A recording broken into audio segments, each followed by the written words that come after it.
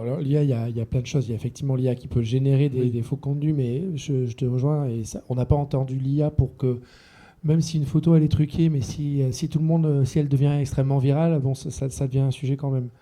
Par rapport aux agents, à ChatGPT et consorts, pour moi, ça remplace vraiment l'utilisation qu'on va avoir de Google. Donc, quand on est à la recherche d'informations, les réseaux sociaux où on a plus une consommation passive, on va remonter de l'aujourd'hui.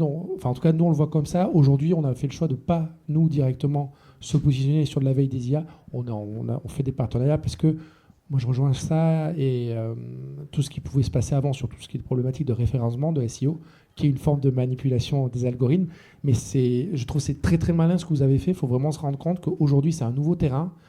Parce qu'il y avait la réputation sur les réseaux sociaux, la réputation sur Google, et il y a maintenant la réputation sur les IA. Qu'est-ce que les IA disent de moi? Et donc, tu l'as bien dit, hein, c'est qu'il faut... tout ce qu'on va pouvoir communiquer de manière officielle, c'est un peu le retour aussi des médias, de la relation de l'EDRP en fait, parce que les IA, et notamment, en fait c'est tout bête, hein, ChatGPT, il n'a pas tout la donnée qu'à Google, donc il va au plus simple, hein, les médias c'est fiable, on peut acheter les flux de données facilement, donc c'est finalement une source très importante à travailler, les canaux officiels, et là donc Grok, effectivement, il faut se rendre compte qu'aujourd'hui sur X, beaucoup de gens vont interpeller Grok à la volée. C'est un usage qui monte énormément.